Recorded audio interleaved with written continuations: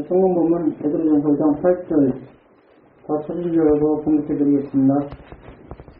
김신하라 뛰어라 너희 대적 마귀가 우는 사자같이 돌아다니며 숨길자를 찾나니.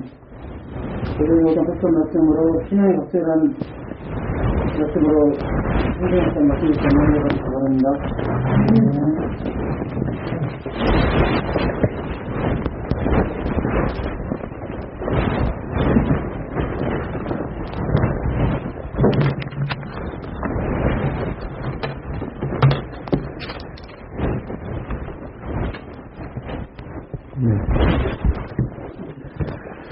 일제나라 깨어라 너희 대적 마귀가 우는 사자같이 두루다니며 숨길자를 찾나니. 신앙의 각성 깨달을 각이죠. 그리고 깰 성입니다. 그러니까 각성이란 뜻은 깨어 정신을 차리다 그 뜻입니다. 신앙이란 항상 깨어 있어야 함을 의미하는 말입니다. 각성 깨달을 각, 그 다음에 깰 성, 깨어 정신을 차리다 그 뜻입니다. 신앙은 항상 깨어 있어야 함을 의미하는 말입니다. 왜 깨어 있어야 하나요? 우리의 원수 악한 사단 마귀는 지금 이 시간에도 잠도 자지 않고 쉬지도 않고 우는 사자처럼 숨깃자를 찾고 있기 때문입니다. 그렇기 때문에 믿음과 신앙에는 멈춰서는 안 됩니다. 진보를 이뤄야 하죠. 나갈 진자에 걸음 보자죠. 그러니까 항상 믿음에는요 장성함이 있어야 됩니다. 진보가 있어야 됩니다. 디모데전서 4장 15절에 그 말씀이 있죠. 모든 일에 전심전력하여 너의 진보를 모든 사람에게 나타나게 하라. 우리의 진보, 믿음의 진보를 혼자서 숨기는 것이 아니라 모든 사람에게 나타나게 하라. 그러면서 그 사람들이 우리의 믿음의 진보를 봤을 때 나도 저렇게 믿음을 가져야겠다 하는 걸 보이라 이거죠. 그러니까 한마디로 얘기해서 믿음의 모범을 보여라 그 얘기죠. 앙급지어란 말이 있습니다. 앙급지어. 직역을 하자면은 재앙이 연못의 물고기에 미친다라는 뜻입니다. 춘추 전국 시대에 일어났던 일입니다. 초나라 정문에 불이 붙어서 사람들이 그 옆에 있는 연못에 물을 퍼서 그 불을 껐습니다. 그러나 그 과정 중에 물을 다 펐기 때문에 연못에 있는 물고기가 다 말라 죽었다는 일화에서 나온 말이 앙급지어입니다. 그러니까 하나의 재앙이 다른 재앙을 불러온다. 뜻하지 않게 황해를 당한다. 그런 뜻입니다. 맞습니다. 또한 깨진 유리창의 법칙이라는 게 있습니다. 이게 무슨 말인가? 1982년도에요. 그 범죄학 이론인데 제임스 윌슨과 조지 켈비라는 사람에 의해서 발표된 범죄학 이론입니다. 범죄를 조사하다 보면 깨진 유리창이 있는데 이것을 새 것으로 갈아넣지 않고 방치했을 경우에는 범죄로서 범죄일 수 있다 그 얘기죠.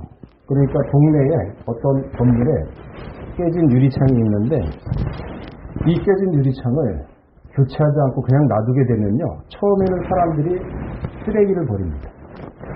쓰레기를 버리고 좀 더 시간이 지나게 되면은 방뇨를 하게 됩니다. 그리고 점점 시간이 지나게 되면 방뇨하고 쓰레기 버리니까 지저분해지지 않습니까? 이 지저분한 건 악이 좋아하는 거죠. 그러면서 시간이 지나면은 사람이 그 장소를 피하게 됩니다. 그리고 자연스럽게 불황자들과 기행 청소년들이 찾게 되죠. 그러다 보면 우범지대가 되어버립니다. 그리고 결국은 살인과 같은 큰 사건들이 발생할 가능성이 굉장히 높아진다. 이게 바로 깨진 유리창의 법칙인 것입니다. 범죄학 이론이죠. 작은 것이 원인이 되어서 결국 큰 큰 일로 번진다 그런 뜻입니다. 성경에도 이와 비슷한 경우가 있죠.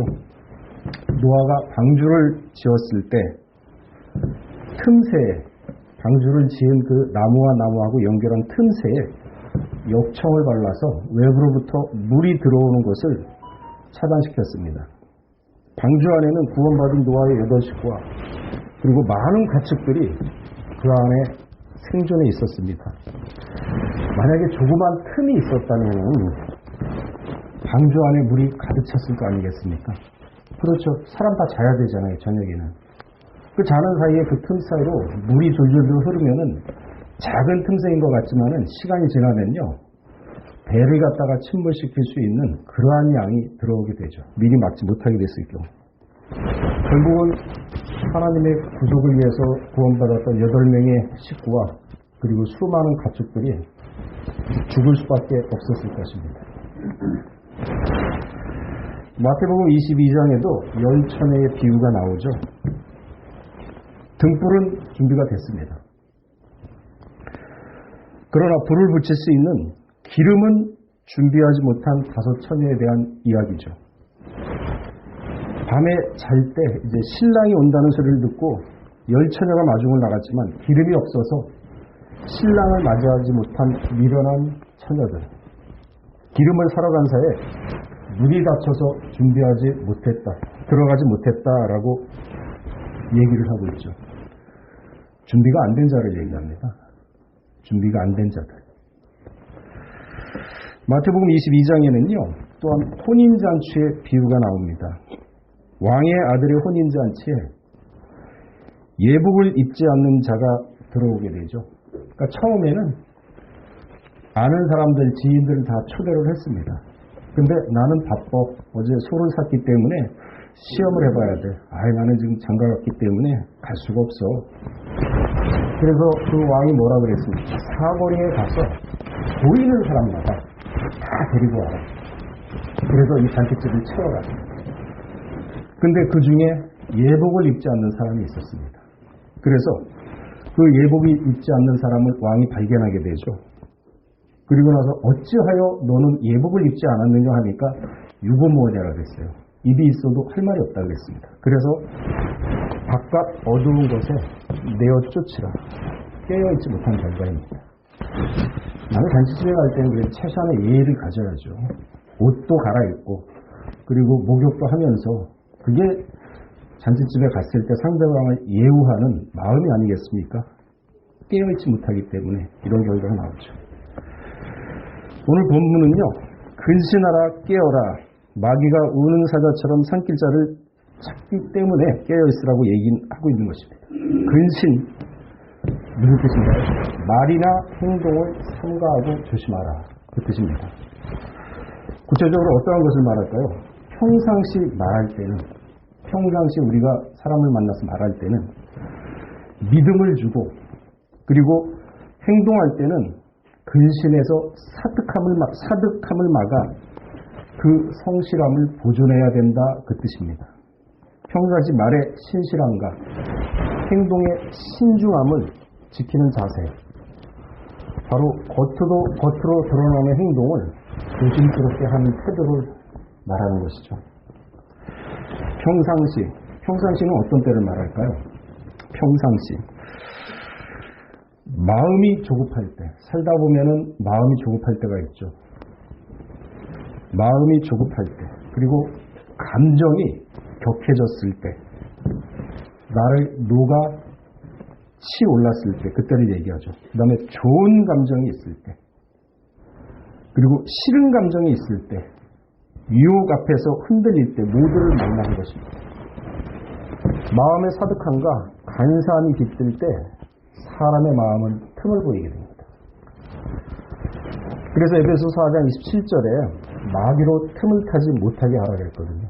여러분들 생활하면서 감정이 어느 때는 화가 날 때가 있고 어느 때는 기뻐가지고 마음을 주지 못할 때가 있고 어느 때는 일이 안 풀려가지고 침체돼가지고 마음이 한없이 가라앉을 때가 있고 그럴 때 마귀가 우는 사자처럼 여러분의 그 감정을 보고서 틈탄다 이거죠. 그래서 잠언서 4장 23절에 마음을 다스려라. 희노애락이 이런 것들을 적절하게 내가 스스로 조절을 해야지 한 곳에 이렇게 치우치게 되면요. 마귀가 틈을 탑니다. 왜? 우는 사자처럼 산기자를 찾는다고 그랬습니다. 그래서 마음을 다스리는 얘기가 계속 나온 거예요. 신앙의 각성은요. 하루아침에 딱 하늘에서 뭐가 떨어지듯이 별똥별이 떨어지듯이 그렇게 일어나는 게 아닙니다. 신앙의 각성은요. 일상생활에서 하나씩 이루어 나가는 것입니다. 일상생활에서의 말과 행동을 삼가하게 되면 먼저 마음이 편안해집니다.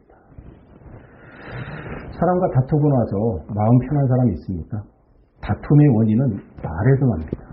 그러니까 일상생활에서 말과 행동, 그러한 것들을 절제하고 그렇게 근신하게 되면은 마음을 다스릴 수가 있습니다. 말을 해도 다른 사람에게 믿음을 주고 신뢰를 주는 태도가 경건에 도움이 됩니다. 디모데전서 4장 8절에 그 말씀이 있죠. 육체의 연습은 약간의 유익이 있으나 경건은 범사에 유익하니 금생과 내생의 약속에 있느니라 그랬습니다. 경건은요, 금생, 지금 현재 우리가 살고 있는 이 세상뿐만 아니라 내세, 그 나라 가서도 약속이 있다 그랬습니다. 디모데전서 4장 8절에 그 말씀이 있죠. 지금요, 세상은요, 진짜 말씀의 징조대로 움직이고 있습니다. 창세기 6장 1절에서 3절 말씀처럼 죄악이 관영하죠. 사람이 땅에 번성하기 시작할 때 그들에게서 딸들이 나니 하나님의 아들들이 사람의 딸들의 아름다움을 보고 자기들의 좋아하는 모든 자 아내를 삼은지라 여호와께서 가라사대 나의 신이 영원히 사람과 함께하지 아니하리니 이는 그들이 육체가 됐다 그랬어요. 그러나 그들의 날은 120년이 되려 하시니라. 그러니까 결혼하기 전에 요즘 젊은 사람들 보세요. 남녀 부모 몰래 연애하고 정도 나누고 자기 좋아하는 대로 이성 만나고 사귀고 헤어지고 노아 때랑 똑같죠. 결혼하고 맞지 않는다고 이혼하고. 요즘 초등학생들요 보면은요 어른들도 상상 못하는 그러한 얘기를 쉽게 합니다. 본인은 마음대로 할 수 있는 세상, 죄가 관영하죠. 이러한 세상이기 때문에 우리에게 지금 깨어서 근신하라. 마귀가 우는 사자처럼 찾는다. 그러니까 경계의 말씀을 주시지 않겠습니까? 요즘 MZ세대라 그러나요? 그 특징은 1990년대 중반부터 2010년대 후반에 출생한 세대들이죠.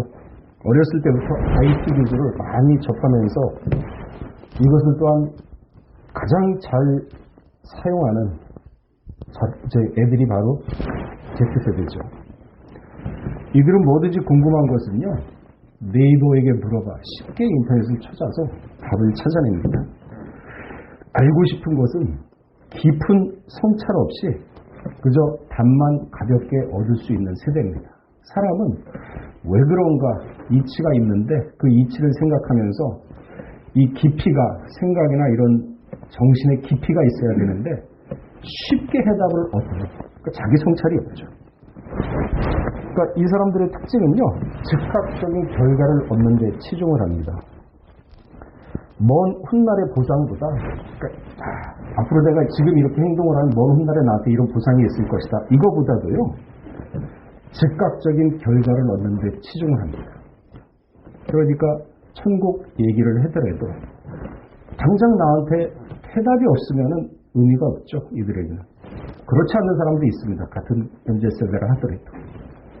우리 교인들의 있는 자녀들은 그렇지는 않지만 세상을 보세요. 그렇게 지금 흘러가고 있습니다. 그렇기 때문에 생각의 깊이가 얕죠. 인생의 중심을 잡아주는 철학이나 가치가 약합니다. 남의 말에 쉽게 휩쓸리고 동조하는 경향이 강하죠. 내세에 대한 관심 없습니다. 인생은 쾌락과 즐거움으로 나를 살습니다. 젊은 애들이 빚을 내서라도 벤츠를 갖다 뽑고서 그 벤츠 타고 다니면서 허영심이 늘어가지고 여자들 이렇게 사귀면서 그런 세대가 지금 세대예요.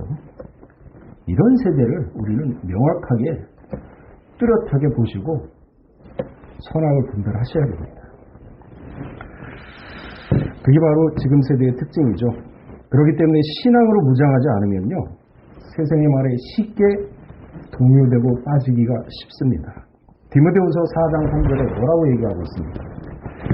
때가 이르리니 사람이 바른 교훈을 받지 아니하며 기가 가려워서 자신의 사역을 쫓을 스승을 많이 두고 그랬습니다. 기가 가려워요. 성경 말씀 알려줘도 듣지 않습니다. 그러니까 자기 좋은 대로, 자기 생각대로, 그러니까 자기 귀에 좋은 말만 따르거든요. 그러니까 사사시대처럼 살아갑니다. 21장 25절에 보게 되면요, 사사기 그때 이스라엘이 왕이 없으므로 사람이 각기 소견에 오른 대로 내 소견에 오른 대로 행한 거.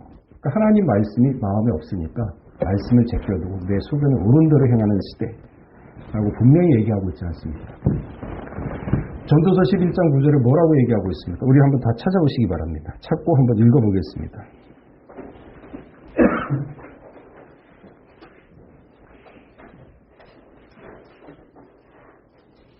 전도서 11장 9절 다 읽어보겠습니다. 9절 말씀 시작. 청년이여 내 어린 때를 즐거워하며 내 청년을 마음에 기뻐하여 그런 길이가 내 눈이 보는 대로 쫓아 행하라. 그러나 하나님이 이 모든 일로 인하여 너를 젊었을 때 육신의 정욕, 안목의 정욕, 청년의 나를 마음에 기뻐하며 하고 싶은 거 다 하랍니다. 마음에 원하는 거 하랍니다. 안목의 정욕, 내 눈에 보이는 대로 쫓아서 행하라. 하지 말라고 안 했어요. 하나님 다 하라 그랬어요. 그러나 행한 대로 심판을 받죠. 이 모든 일로 인하여 너를 심판하실 줄 알라. 이러한 사상과 분위기가 지금 지구상에 만연하고 있습니다. 그렇기 때문에 우리 보고 깨어서 근신하라고 하는 것이고 세상의 풍조를 쫓지 말라고 하는 것입니다. 심판이 시작되면 모든 것이 올스톱이죠. 은혜도 없고 죽고 싶어도 죽을 수가 없습니다. 그리고 죽은 자는 마지막 심판 때 살아있을 때의 신앙, 그 모습 그대로 부활하게 되면은 그 신앙 가지고 심판을 받습니다. 계시록 20장 12절에서 14절에 그 말씀이 있죠. 우리 다시 한번 찾아보고 읽어보겠습니다.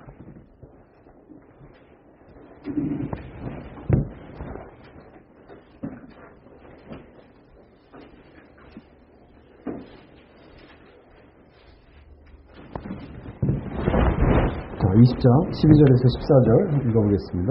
시작.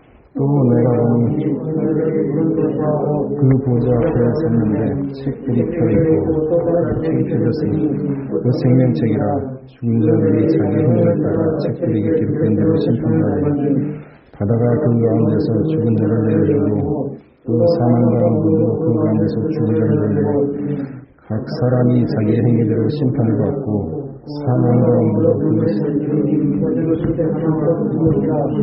그러니까 죽은 자들이 자기 행위를 따라 책들에 기록된 대로 심판을 받는다고 12절에 분명히 얘기하고 있지 않습니까?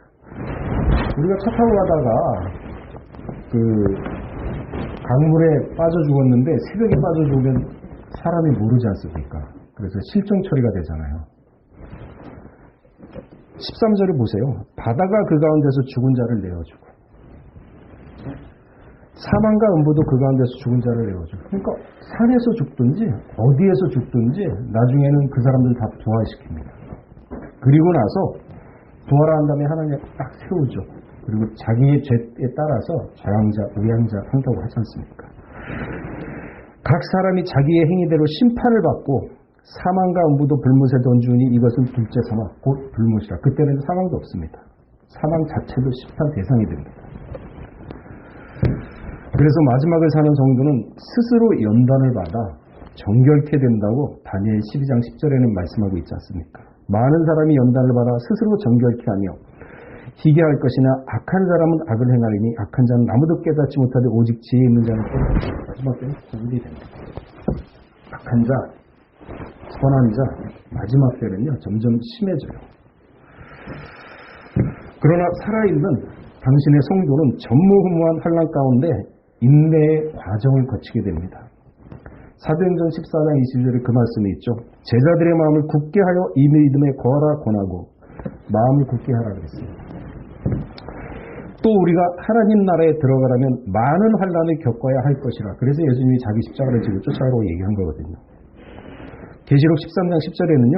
사로잡은 자는 사로잡힐 것이요 칼로 죽이는 자는 자기도 마땅히 칼로 죽으리니 성도들의 인내와 믿음이 여기 있느니라 그랬습니다. 인내와 믿음 분명히 얘기하고 있지 않습니까? 그래서 지금은 은혜 받으러 갈 때요 구원의 날이라 그랬습니다. 지금은 말씀이 풍부한 시대죠. 그러나 이제 말씀과 은혜 모든 것이 끊어질 때가 분명히 있다고 얘기를 하고 있습니다. 그리고 말씀을 받고 들어도 깨닫지 못하는 자도 많다고 얘기했거든요. 마가복음 4장 12절에 그 말씀이 있죠. 제가 봉독하겠습니다. 이는 저희로 보기는 보아도 알지 못하며 듣기는 들어도 깨닫지 못하게 하여 돌이켜 죄사함을 얻지 못하게 하려 함이라 하시고 하나님이 깨닫고 회개할까 봐 겁나서 죄사함을 얻지 못하게 하기 위해서 깨닫지 못하게 한다고 그랬습니다. 말씀을 사모해야 됩니다.